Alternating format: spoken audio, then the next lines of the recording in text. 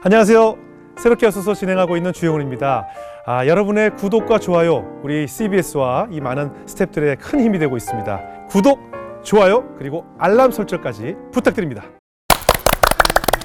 안녕하세요. 새롭게 하소서 주영훈입니다. 안녕하세요. 연예일입니다. 안녕하세요. 이정수입니다. 그 애정결핍이 있는 분들의 몇 가지 특징이 있다고 그래요. 네. 뭐 먹어도 속이 허하다든가, 뭐 손톱을 물어뜯는다든가, 담배를 핀다든가, 군것질을 한다든가, 그러니까 무언가 계속 비어 있는 듯한 느낌을 받는데 결국 그런 허한 마음에는 네. 하나님이 들어오셔야 그것이 채워질 것 같아요. 맞아요. 이렇게 하나님께 사랑을 듬뿍 받는 사람들의 특징이 있죠. 바로 받은 만큼 다른 사람들에게 흘려보낸다는 건데요. 네. 오늘 모실 분도 바로 이런 분이십니다. 해외 의료 선교와 또 소외받는 이웃을 섬기고 계신 의사님이십니다. 네.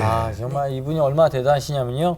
그 코로나19로 이제 대구에 의료진이 많이 부족할 때 한 걸음에 달려가셔가지고 거기서 봉사활동을 바로 해주신 분이시거든요. 평택 박예병원의 김병근 원장님을 모시겠습니다. 어서 나오세요. 안녕하세요. 어서 오세요. 안녕하십니까. 안녕하세요. 반갑습니다. 네, 반갑습니다. 네, 안녕하세요. 근데 그 진짜 대구에 그렇게 갔다 오시고 지금 갔다 오신 지 2주가 지나신 거죠? 네, 당연히 2주 지났습니다. 안심하셔도 됩니다. 사람 불러놓고 뭐 하는 거예요? 귀한 분 불러놓고. 저는 검사도 다 마쳤기 때문에 그럼요. 네. 음성 확실하게 2번 확인했습니다. 그러니까요. 얼마나 염려하지 수고가 마세요. 많으셨어요. 생활치료센터를 네. 맡으셨는데 그럼 그곳에 어떤 분들이 계셨던 거예요? 그 생활치료센터에? 생활치료센터는 기본적으로 코로나19 양성 환자들입니다. 우리 2월 달에 그리고 네. 3월 초까지 대구에서 환자들이 많이 발생했는데 네, 그렇죠. 그때 코로나 환자 양성으로 진단이 되면 네. 일단 종합병원 또 대학병원에 있는 그 환자 전용 치료실에 네. 보내야 되는데 네. 이미 환자가 많이 많죠. 급속도로 네. 발생하니까 네. 이게 수용할 수 있는 한계가 넘어간 거예요. 그래서 정부에서 또 지자체에서 같이 협력해서 네. 이 양성 환자지만 아주 급박한 환자들이 아닌 경우, 네, 네. 그다음에 생명의 위험이 지금은 급하지 않다라고 생각되는 그런 분들을 위주로, 그러니까 경증 환자와 무증상 감염 환자. 왜냐하면 지역사회로 이게 번지면 안 되니까. 그렇죠, 그렇죠. 그런 분들을 전부 모아서 생활치료센터라는 곳을 16개를 만들고 거기에 이분들을 수용을 한 거죠. 그래도 아무리 의사 선생님이지만 막상 저 같아도 거길 간다고 하면 네. 나도 감염될 수 있다는 그런 공포감, 두려움이 없을 수가 없잖아요, 사람이니까. 이거 당연하죠. 네. 어떤 마음으로 가셨어요? 실제 코로나19 감염 환자 중에 위험한 환자들이 꽤 있었어요. 네. 그리고 그 중에 일부는 네. 갑자기 폐렴이 생겨서 돌아가신다든지. 네. 그러니까 지금 말씀하신 것처럼 코로나19 환자들이 모여있는 곳에 치료하러 간다. 이거 쉬운 일은 아닌데 저는 이렇게 어렵지 않게 생각을 했었습니다. 왜냐하면은 일단 사회에 부름이 있잖아요. 그렇죠. 현재 지금 우리나라 상황이 이렇게 됐는데 그리고 의사들이 필요하다는데 네. 그리고 자칫하다가는 그 대구 지역에 의료 체계가 붕괴될 수 있는 위험도 있고 너무나 많은 환자들을 수용을 해야 되는데 치료하지 못하고 수용하지 못하면 문제가 되는데 의사를 구한다니까 일단 지원을 했습니다. 근데 그거보다도 우리가 이런 코로나 같은 문제, 특히 이런 코로나19에 대해서 사람들이 갖는 두려움들은 아마 이제 우리가 언론을 쭉 통해서 네. 봤지만 확진자가 되면은 동선이 공개되잖아요. 그거 굉장히 두려움이에요. 물론 죽을 수도 있다라는 그런 염려도 있지만 이런 게 모든 게 다 복합적이었던 것 같아요. 그런데 코로나19 환자가 실제로 위험한 상황에 있는 경우들이 많이 있고 그리고 그 중에 일부 어르신들은 돌아가시기도 하고 또 굉장히 위험한 상황으로 빠지는 경우들도 있고 그렇죠. 이런 상황에서 두려움을 갖는 건 맞는 거지만 그래서 저는 이때 내가 크리스찬인데 사회의 부름도 있고 또 의사로 하나님께서 중요한 달란트를 주셨는데 이때 내가 무엇을 해야 될 것인가 깊이 생각을 해봤죠. 그리고 그런 어떤 결정을 하는데 그리 오래 걸리지는 않았던 것 같아요. 왜냐하면 이거 뭐 죽을 수도 있지만 내 삶과 죽음이 누구의 손에 달려 있는가? 결국 그렇죠. 하나님 손에 달려 있는데 우리가 크리스찬인데 혹시나 감염병에 걸려서 죽을지도 모른다는 이 두려움을 너무 깊숙하게 의식하면서 아무것도 하지 않는다면 그거는 오히려 더 큰 문제이지 않을까. 신앙의 근본을 따져보면은 실제 우리가 죽고 살고에 연연할 만한 그런 사람들은 아니잖아요. 그렇죠. 이미 생명을 다 그렇죠. 약속을 받고 그분 손에 보장받은 달려 사람들인데 있으니까. 네. 그래서 죽음에 대한 또는 감염에 대해서 제가 어떻게 심각하게 나빠질 것이라는 그런 생각에 대한 염려는 별로 없었습니다. 그래도 막상 이렇게 코로나 바이러스 확진 판명이 나면 이렇게 환자분들이 굉장히 심리가 두려울 것 같은데 그럼요. 그분들의 안정을 위해서 혹시 하셨던 일이 있으신지. 네네. 제가 갔던 생활치료센터 중에 한 군데는 거기 이제 구성원들이요. 기본적으로 거기는 환자들이 모여 있는 곳이죠. 확진 환자들이. 그리고 그분들을 돌봐주는 의료진들, 그리고 행정 이런 분들이 서로 같이 모여 있는 곳이었어요. 근데 그 의료진 중에는 자기가 다니던 직장을 사직하고 오신 분도 있고, 무급휴가로 오신 분도 있고, 또 장롱 면허인데 그 면허를 가지고 활용할 길을 이때 내가 써야 되겠다라고 결심을 하고 지원해서 오신 분들, 이런 의료인들이 있었고요. 또 시청에서 파견돼 오신 공무원들, 또 보건복지부 공무원, 뭐 소방청, 그다음에 경찰청, 뭐 이렇게 다양한 분들이 모여서 같이 이렇게 환자를 돌보는 곳이었어요. 그런데 지금 말씀하신 것처럼 그럼 거기 있는 환자들이 아무래도 심리적인 안정감을 가져야 되는데 어떻게 할까? 제가 가서 이렇게 보니까 환자들이 각자 자기 방에서 이렇게 격리된 채로 계속 치료에 대한 모니터링을 받고 있는 상황인데 의료진들끼리 같이 모여서 의논했죠. 어떻게 하면 이분들을 우리가 좀 더 편안하게 해드릴 수 있겠는가, 또 지원을 해드릴 수 있겠는가. 그래서 생각해낸 좋은 아이디어가 식사 때마다 안내 방송을 하거든요. 그때 이 방송을 우리가 하자. 그래서 의료진들이 마치 무슨 대학교의 방송팀처럼 오늘은 뭐 점심 맛있는 식사 시간입니다. 저는 누구누구인데 여러분들을 돌보기 위해서 이게 왔고요. 우리가 24시간 365일 여기서 꾸준히 지켜봐드리고 안심할 수 있게 도와드리니 환자분들 전혀 걱정하지 마시고 지금 또 맛있는 식사가 이러이러한 메뉴로 배달됐으니 그거 드시고 힘내십시오. 이렇게 해서 멘트를 각각 만들어가지고 방송팀을 나눠가지고 방송을 하게 했는데 그거 듣고 환자들이 나중에 이렇게 나가시면서 이렇게 편지를 써서 우리한테 주셨는데 감사하다고. 거기에 그런 방송이 많이 위로가 됐고 힘이 됐다. 정말 제가 기사를 보니까 많은 의료진들이 막 손이 다 짓무를 정도로 정말 지칠 때까지 지친 의료진들의 모습을 보고 정말 마음이 찢어지게 아팠거든요. 정말 많은 성도님들이 지금 이 의료진을 위해서 우리는 지금 뭐 어디가 안전하다, 우리 아이들 학교 못 보낸다, 뭐 어딜 못 간다, 자유롭지 않다라고 불평하고 있지만 보이지 않게 이렇게 수고하는 의료진들의 노고를 생각하면 그분들을 위해서 또 기도를 많이 해야겠다는 그런 생각이 들어요. 네.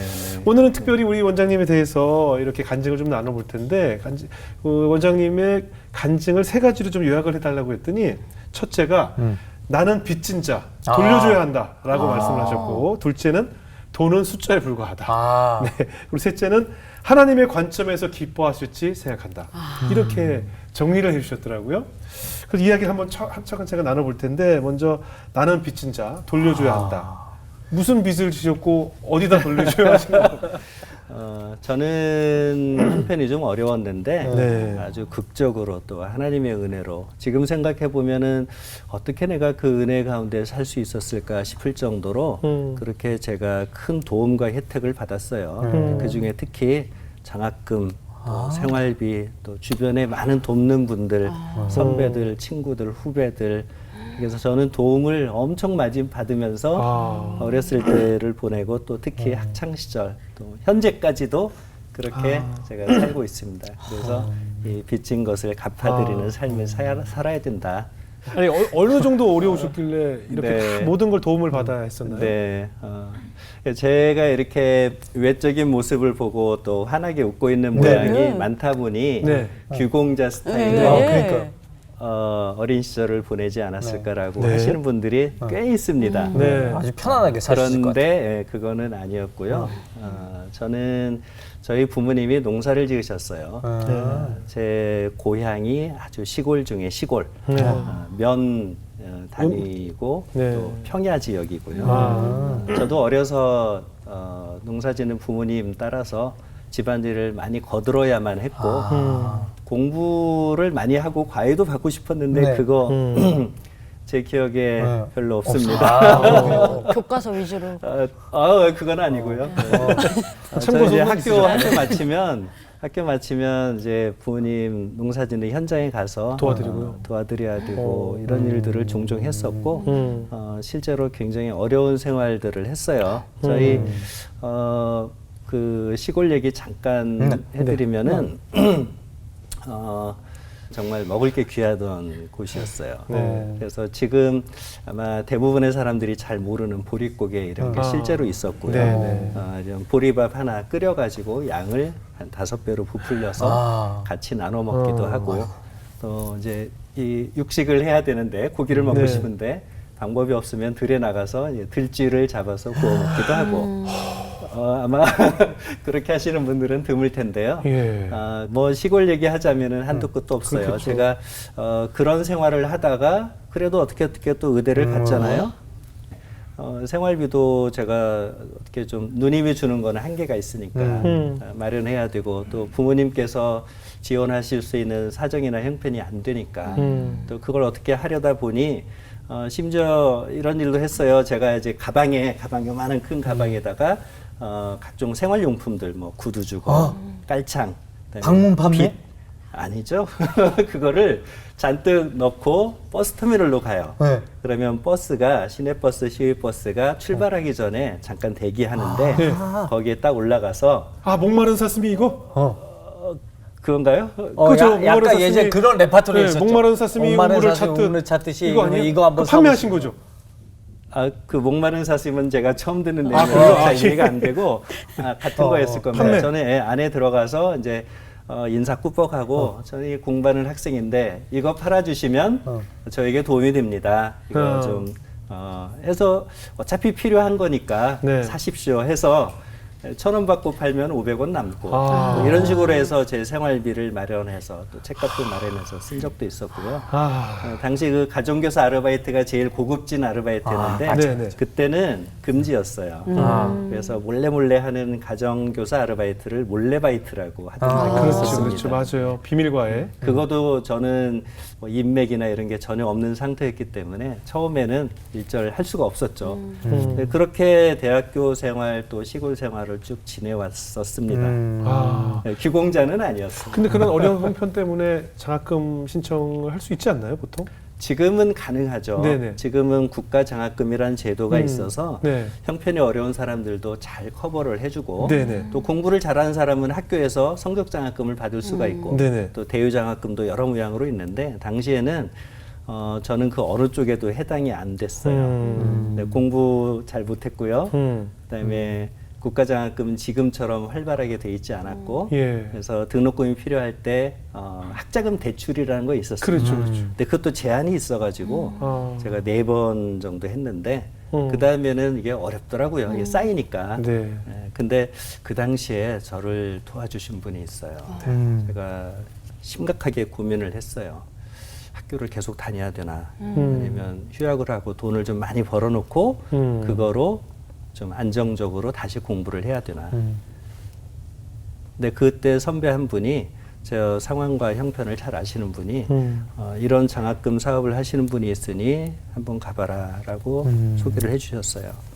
근데 가서 저 이러이러하게 소개받아서 왔습니다 했더니 이분이 심사도 안 하시고 오. 그냥 장학금, 그러니까 등록금이죠. 예. 등록금을 주셨어요. 오. 제가 등록금 고지서를 들고 가면 그대로 묻지도 따지지도 않고 오. 주셨고요. 심지어 그때 또 저를 아끼시던 크리스찬 교수님이 한 분 계셨는데 그분은 너 졸업할 때까지 내가 매달 생활비를 줄 테니까 한 달에 한 번씩 나한테 와라. 오. 그 당시 우리 등록금이 한 50만 원 정도였는데 한 학기에. 한 학기에 네. 지갑에서 10만 원짜리 수표를 딱 꺼내가지고 오. 딱 주시면서 와, 아니 그런 한 달에 한 번씩 와라. 근데 저는 진짜 한 달에 한 번씩 졸업할 때까지 계속 갔어요. 이분 묻지도 따지도 않고요. 네. 그냥 너 왔냐? 그래 수고한다. 오. 그러고 돈을 주셨어요. 제가 지금 생각해 보면 어찌 그런 그럼요. 돈이나 또는 그럼요. 학자금이나 이런 거를 요청을 할 수 있었을까? 음. 저도 아이러니인데 네. 그렇게 아무 이유 없이 아무 조건 없이 저를 돕겠다는 분이 있었고 또 실제 그 도움으로 제가 지금 이 자리까지 와 있습니다. 저는 빚진 사람이에요. 아니 근데 어떻게 가능했겠어요? 정말 하나님께서 예배해 주셨다고밖에 맞아요. 설명이 안 되잖아요. 하나님의 은혜잖아요. 네, 네. 아 근데 원장님 언제 그럼 신앙생활을 시작하신 거예요? 네. 저희 모친은 그 시골 교회에서 꾸준히 열심히 신앙생활을 하시고 저를 또 양육을 하셨는데 제가 처음에 그러니까 저희 모친이 신앙생활을 시작했는데 실제로 시집을 저희 집에 오셔가지고 교회를 못 나가셨어요. 저희 할머니 할아버지가 반대하셨고 이제 전통적인 유교 집안이기 때문에 네. 교회 가는 것 자체가 금지예요. 제사도 드려야 되고 하는데. 예. 근데 첫째 딸을 낳으시고 둘째도 딸을 낳으시니까 이제 구박이 좀 심하셨던 것 같아요. 그런데 셋째로 제가 딱 태어나니까 그제서야 우리 할아버지 할머니까 시어머니 시아할아버지죠 시아버지죠. 네네. 저희 어머니 입장에서는 그래 네가 그렇게 소원하던 교회를 이제는 가라. 아들을 낳았기 때문에. 우와. 그랬다고 전해 들었습니다. 예. 근데 믿음의 아들. 그 이후에 저희 모친으로부터 시작돼서 저희 온 가족이 다 예수님을 알게 됐고 지금의 신앙생활을 하게 됐습니다. 그럼 어머니께서 귀한 유산을 믿음의 유산을 주신 거잖아요. 어머니 어땠어요? 이렇게 원장님한테 이렇게 교회 생활 열심히 하라고 어렸을 때부터 좀 가르쳐 주셨나요? 저는 어머니 회초리 덕분에 아, 사람이 된 것 같아요. 어. 그러니까 제가 이대 독자거든요. 제 부친 돌아가신 아버지도 아들 외아들이었고요. 네. 지금은 흔하지만 예전에 한 40년, 50년 전에만 해도 그때 독자는 굉장히 귀했어요. 그렇죠. 근데 제가 이대 독자인데 네네. 제가 좀 이렇게 아주 심한 말썽꾸러기였는데 할아버지 할머니에게는 그냥 무한적인 이쁨을 받지만 그렇죠. 저희 모친께서는 이 녀석 이러면 안 되겠다 싶으셨나 봐요. 그래서 항상 양손에 한쪽에는 뭔가 저에게 도움될 만한 그런 이 당근 같은 거를 갖고 계셨고 또 한 손에는 항상 회초리를 갖고 계셔가지고 제가 조금이라도 잘못하거나 문제가 되면 계속 회초리를 하셨던 기억이 납니다. 네. 그 어머니 덕분에 제가 이렇게 살았어요. 어린 시절에 어머니께서 이렇게 성경책도 읽으라고 막 좀 하셨나요? 네, 그럼요. 예. 제 아주 좋은 그런 기억들이 있는데 네. 예전에 그 시골 주일학교에서는 네. 어떤 당시에는 군이었어요. 네. 김제 군입니다. 군에서 각 지역에 있는 모든 주일학교 학생들을 모아서 성경 암송 대회 이런 거를 했어요. 근데 다른 건 몰라도 저희 어머니께서는 성경 암송은 아주 철저하게 시키셨습니다. 예. 그래서 성경 암송 대회가 있다 그러면은 어느 한 장을 정하거든요. 네. 보통 이제 야고보서가 제일 많이 기억나요. 아. 요한일서도 했던 것 같고요. 예. 산상수, 마태복음 5, 6, 7장 이런 것도 했고. 네. 그래서 그런 장이 정해지면 그때부터는 어머니가 저를 관리하셔요. 이거 외워라. 처음엔 좋은 말로 타이르는데 네. 제가 잘 안 하면 이제 회초리가. 근데 한편으로는 목표량을 잘 채우고 잘 외우면 저희 뒤뜰에 앵두나무가 있었어요. 네. 네, 네. 시골에 먹을 게 없던 시절이고 앵두가 얼마나 맛있어요. 근데 그 나무가 높았고 벌레도 엄청 많고 그래서 제가 감히 접근을 못했는데 네. 어머니께서는 그 맛있는 앵두를 한 접시 딱 따고 한 손에는 회초리를 들고 외우면은 앵두를 못 외우면은 회초리를 정말 당근과 채찍을 드셨네요. 네. 그럼요. 그래서 그때 저는 대회 나갈 때마다 항상 1등을 했어요. 우와, 머리가 좋으시네. 심사위원들이 너 이제 그만 외워라. 여기까지 온 친구 없다. 너 보나마나 1등이다. 이럴 정도로. 이건 제 자랑이라고 아니요, 얘기하고 아니요. 싶은 건 아니에요. 아니, 어머니 얘기하는 거니까. 겸손 안 하셔도 아니, 돼요. 저는 이렇게 자랑이라고 생각 안 했고 어머니가 진짜 세게 때렸겠구나라는 생각을 했거든요. 많이 아팠습니다. 지금도 기억나요. 네. 그래서 그 모친께서 성경을 외우도록 많이 저를 자극을 하셨고 또 심지어 대학교 때는 저는 이제 선교단체에서 훈련받았는데 거기는 수련회든 뭐든 밥 먹을 때 성경 구절을 안 외우면은 밥을 안 줘요.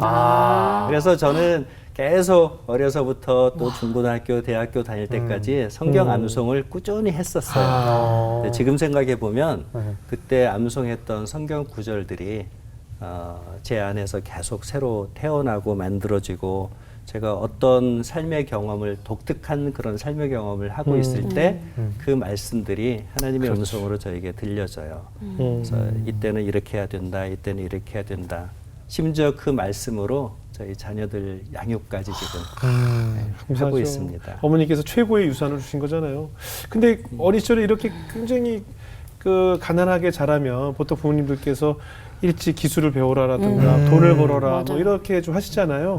근데 어떻게 원장님은 의대를 가실 생각, 의사가 되야겠다는 꿈을 어떻게 꾸게 되셨어요? 그것도 저희 어머니하고 관련이 깊습니다. 네. 저희 어머니께서 돌아가신 지 벌써 한 15년 가까이 되는데요. 네. 제 어려서 기억은 어머니는 항상 아프셨어요. 일 때문에 힘들기도 했지만 몸이 실제로 아프셨고 며칠씩 누워 계시고 식사도 일절 안 하시고. 아이고. 근데 그때 그럼 병원에라도 갈 수 있는 거 아닌가. 지금은 당연히 그렇게 생각을 하는데 그 시골에서 농촌 시골에서 병원 가기도 어렵고요. 네. 갈 만큼 넉넉한 그런 돈이 있는 것도 아니고 어머니 그냥 참으셨던 거고 또 어쩌다가 그 도심지 멀리 떨어져 있는 시내까지 병원에 가도 잘 모르겠다 또는 할 게 없다 이런 정도의 대답을 들으니 어머니께서 굉장히 힘드셨어요. 근데 그 어머니께서 계속 아프시고 또 스스로 낫고 또 아프시고 이게 해결이 안 되는 이런 모양을 보면서 네. 제가 반드시 의사가 돼서 우리 어머니를 고쳐드려야 되겠다 이런 생각을 했었고요. 네. 그런 생각을 하고 꾸준히 시골에서 지내는데 저희 어머니는 여전히 회복이 안 되니 그래서 어머니를 제가 돕고 싶다라는 무슨 세계 선교나 이런 언대한 꿈을 꾸고 제가 의사를 하겠다는 거는 아니었고요. 엄마를 낫게 해드리고 싶다. 네, 그 소망이 간절해서 꿈을 가지게 됐습니다. 그때 어머니께서 이렇게 성경 암송을 강제로 시키셨기 때문에 지금까지 믿음의 아들로서 굳건히 지킬 수 있었잖아요. 그때 암송했던 말씀들, 기억에 남는 말씀들도 많이 있으셨을 것 같아요. 살아오면서 나에게 힘이 됐던, 버팀목이 됐던 말씀들. 네. 예. 여호와는 나의 목자시니 내가 부족함이 없으리로다. 그가 나를 푸른 초장에 누이시며 쉴만한 물가로 인도하시는도다. 아마 대부분의 많은 사람들이 전 세계 크리스찬들이 이 성경 구절을 좋아하고 또 거기에서 많은 영감과 위로를 얻는데 제가 삶을 쭉 돌이켜 보면은 여호와는 나의 목자시니 이거 하나만 가지고도 삶은 충분하다는 생각이 들어요. 네. 또 실제적으로 두 번째 중요한 빌립보서 4장 6, 7절 말씀 같은 경우에는 거기는 아무것도 염려하지 말고 오직 모든 일에 기도와 간구로 너희 구할 것을 감사함으로 하나님께 아뢰라. 예. 그리하면 모든 지각에 뛰어난 하나님의 평강이 그리스도 예수 안에서 너희 마음과 생각을 지키시리라. 그런데 저는 예전에는 이 말씀을 그래 하나님께 간절히 기도하면 그러면 하나님께서 다 들어주신다라고 이해를 했던 적이 있었는데 저도요. 또 지금까지 삶을 살다 보니까 그거는 아니었어요. 말씀을 분석해보고 또 제 삶을 경험을 했던 거를 이렇게 쭉 다시금 되새겨보면 우리가 삶을 살면서 가장 중요한 게 무엇일까? 그거는 돈도 아니고요. 어찌 보면 건강도 아니고 그 아무것도 아니고 진짜 마음의 평안 하나로 결론 지을 수도 있어요. 세상에 많은 사람들이 마음의 평안이 없어가지고 고생하고 맞습니다. 그것 때문에 각종 다툼이 있고 이권이 있고 시기 질투가 있고 또 범죄 죄악들이 있는데 이 말씀에 의하면 염려하지 말고 하나님께 아뢰라. 그리하면 평안을 주시리라거든요. 기도대로 들어주시리라가 아니고 그렇게 기도하고 하나님께 아뢰면 보통의 하나님이 아닌 모든 지각에 뛰어난 하나님, 나의 과거와 현재와 미래를 다 알고 계시는, 나를 조성하시고 나를 만드시고 내 삶을 이끄시는 그런 하나님께서 내 마음과 생각을 지키신다. 이건데 이보다 더 귀한 말씀이 어디 있을까? 잠언에도 잠언이었나요? 시편이었나요? 네. 우리 지킬 만한 것 중에 내 마음을 지키라. 네, 생명의 네. 근원이 아멘. 이에서 남이니라. 이런 말씀이 있는데 이런 마음의 평안을 주신다는 그 새로운 저만의 경험. 저만의 경험은 아닐 거예요. 많은 분들이 이미 하셨을 건데 제가 잘못 알고 있었던 이 구절의 그런 지혜. 그거는 바로 하나님께서 내가 모든 것들을 다 아뢰고 맡기고 염려하지 않는 삶을 선택을 하면 그러면 나에게 평안을 주시리라. 기도가 내 원대로 들어지고 안 들어지고는 중요하지 않은 거죠. 아무 의미가 없는 네. 거예요. 그거는 하나님이 나의 맞습니다. 목자시니. 네. 그러니 그 다음 거는 진짜 다 된 거예요. 여기서 끝이에요. 그러니 이런 말씀들을 제가 새롭게 이해하고 해석하고 또 제 삶의 여러 경험들을 통해서 이렇게 하나로 모아지면서 아마 제가 지금 현재 삶을 다른 그 누구보다 좀 더 대담하게 살고 있는 또 모험을 떠나는 믿음의 모험을 떠나는 그런 삶을 살게 된 것 같습니다.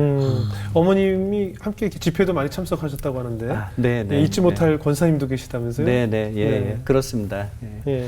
예. 예전에 그 현신의 권사님이라는 아주 유명한 분이 있었어요. 네. 그 치유 집회 하시는 분인데 아. 저희 어머니께서 이래저래 해도 안 낫고 음. 또 이렇게 뭐 비용도 문제이고 하다 보니 거기 가면 나을 수 있다라는 얘기를 어디서 들으셨어요. 네네. 그래서 현신의 권사님 집회 전국 집회를 하셨는데 네네. 거기를 따라다니셨네요. 그런데 아무래도 뭐 교통편이나 숙식이나 뭐 또 무슨 이렇게 비용이 들어가는 거 있잖아요. 이게 원활하지 못하니까 네.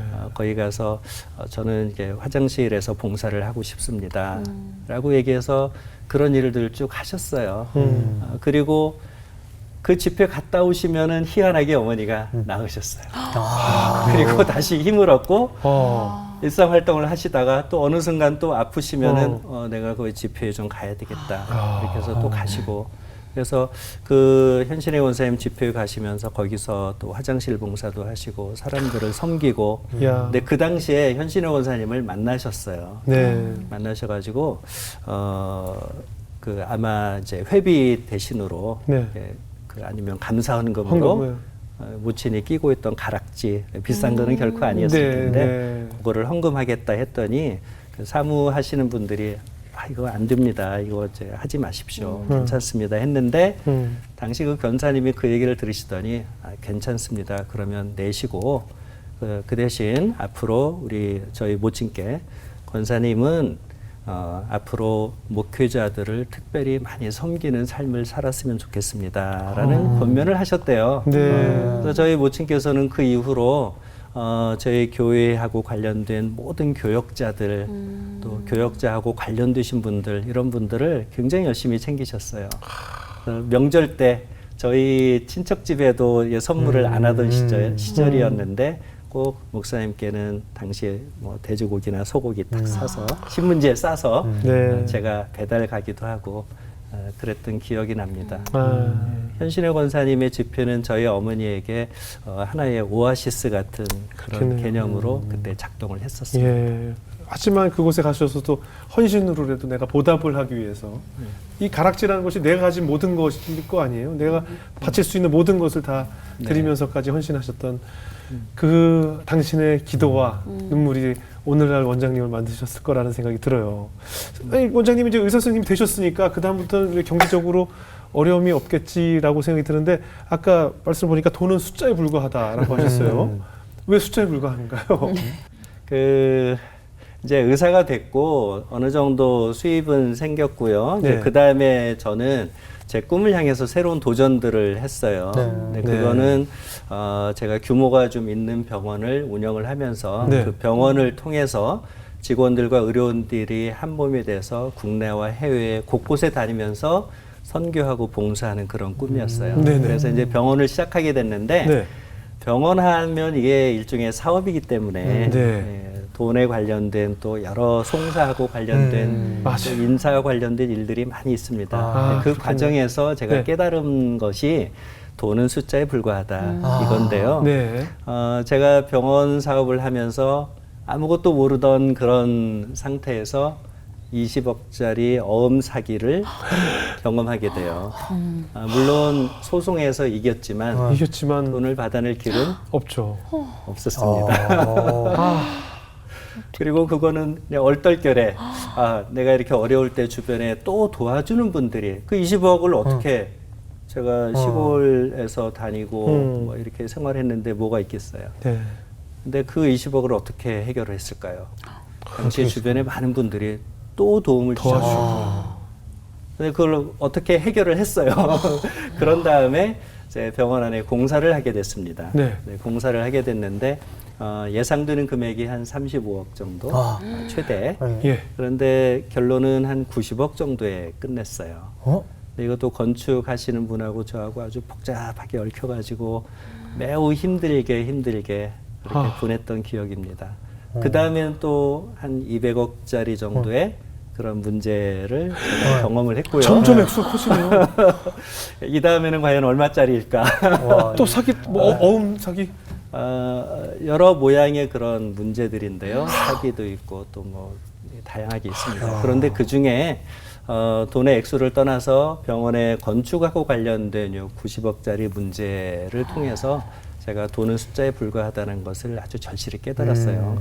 왜냐하면 그 당시에 이제 공사를 하면 보통 이제 대부분의 공사가 그렇지만은 공사는 이렇게 복잡한 부분들이 굉장히 많거든요. 근데 그거를 아주 지혜롭고 정직하게 잘 하는 분들도 있지만 전혀 아닌 분들도 있어요. 그렇겠죠. 뭐 일부러 그랬으리라 싶긴 하지만 살다 보면 자기가 원하지 않아도 뭔가 잘못을 할 수도 있는 거잖아요. 네. 그런데 그 한복판에 제가 들어가게 된 거죠.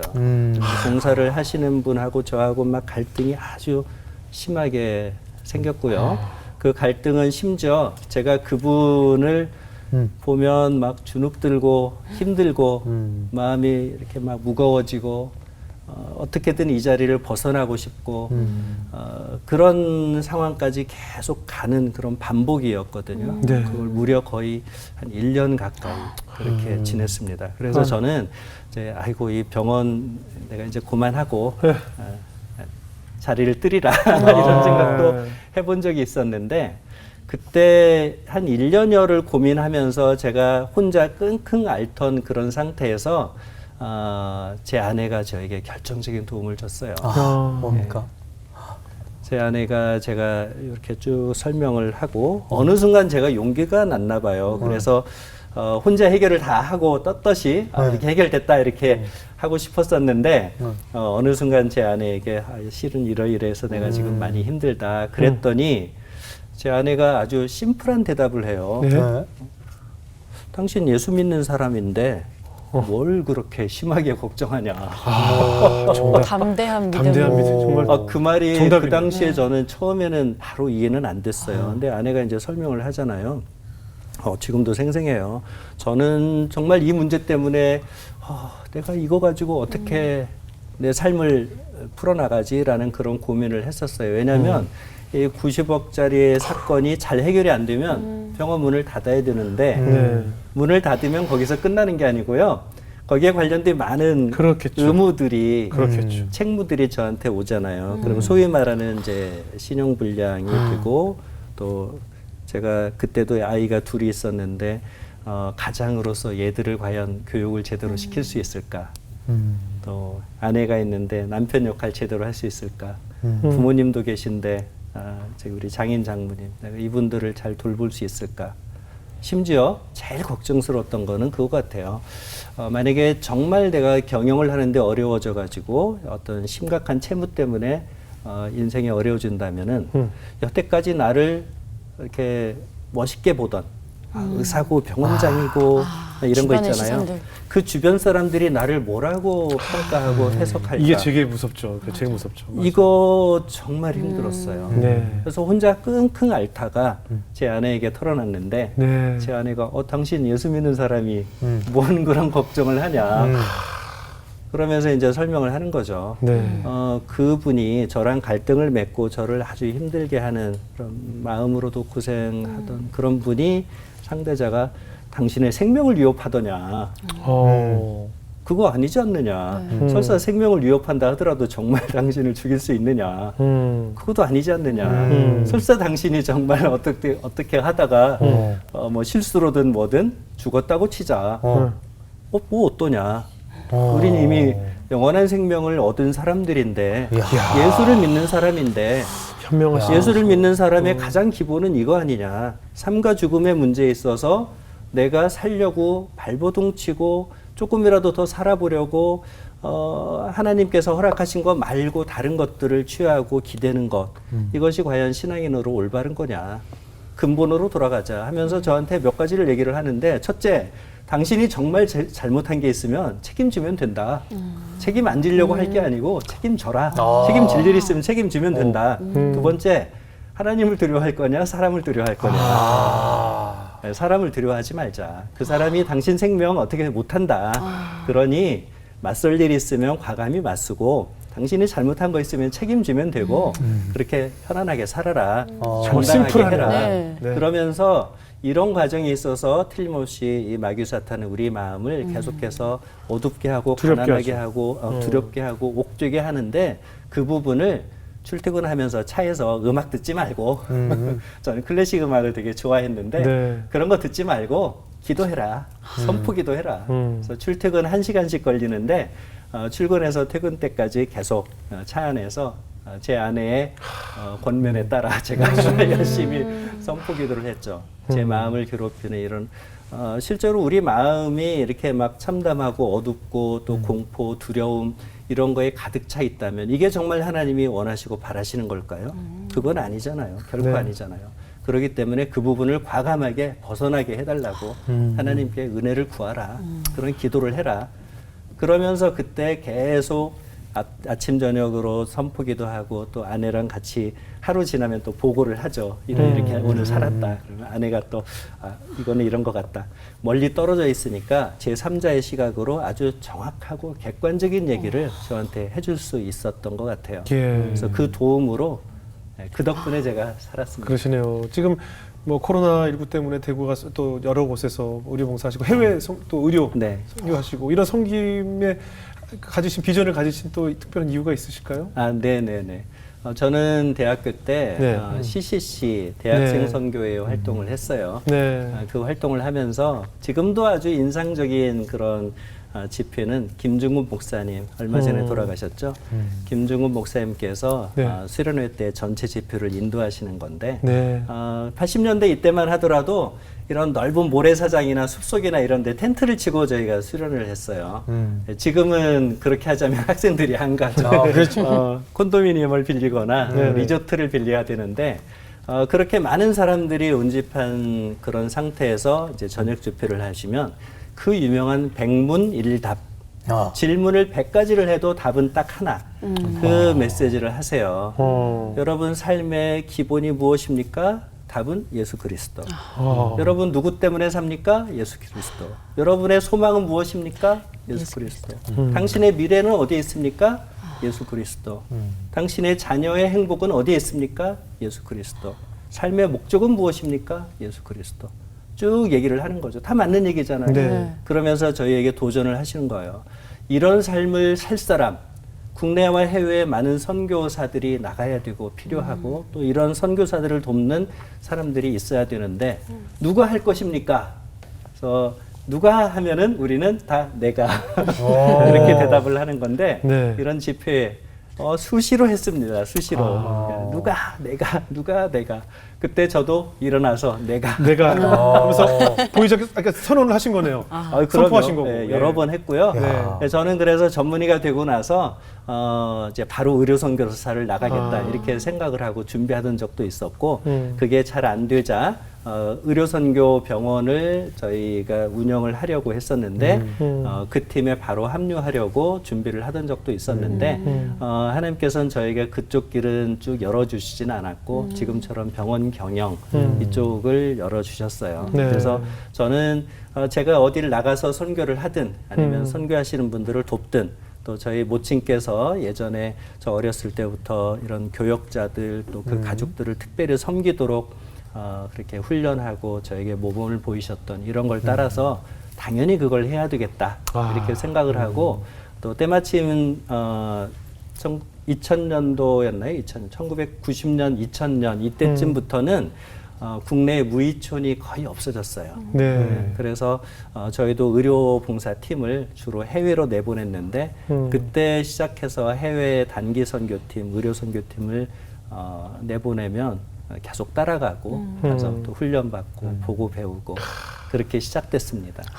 지금 우리 원장님 같은 분이 해외 그 의료 봉사 가시는 것처럼 수십 년 전에 또 서양에 그럼요. 많은 또 선교사님들과 의사 선생님들이 이 땅에 오셔서 지금까지도 우리가 이용하고 있는 그 대형 병원을 만드시게 되는 시초가 되셨고, 우리가 그렇게 치료받으면서 의료와 함께 하나님을 또 받아들이게 된 건 아니겠어요? 그 역사를 또 지금 먼 타지에서 쓰고 계신 원장님이 참 존경스럽고, 그 어머님의 기도가 이렇게 큰 은혜로 흘러내리고 있구나라는 생각이 들었습니다. 오늘 원장님 통해서 많이 은혜를 받았고, 마지막으로 오늘 기타를 가지고 오셨어요. 네. 예, 근데 그 굉장히 많이 힘드셨을 때 즐겨 부르던 찬양이 있으시다 그래서 오늘 네. 그 찬양을 들으면서 오늘 인사를 했으면 하는데 어떠세요? 네, 어떤 좋습니다. 찬양인가요? 네, 은혜 아니면 살아갈 수 없는. 아, 은혜 아니면 아. 좀 좋아하는 찬송입니다. 예. 네, 네. 그럼 오늘 그 찬양을 들으면서 인사 나누도록 하겠습니다. 네, 네. 예, 원장님 고맙습니다. 알겠습니다. 예. 알겠습니다. 은혜 아니면 살아갈 수가 없네. 마저도 다 주의 것이니 세상 평안과 위로 내게 없어도 예수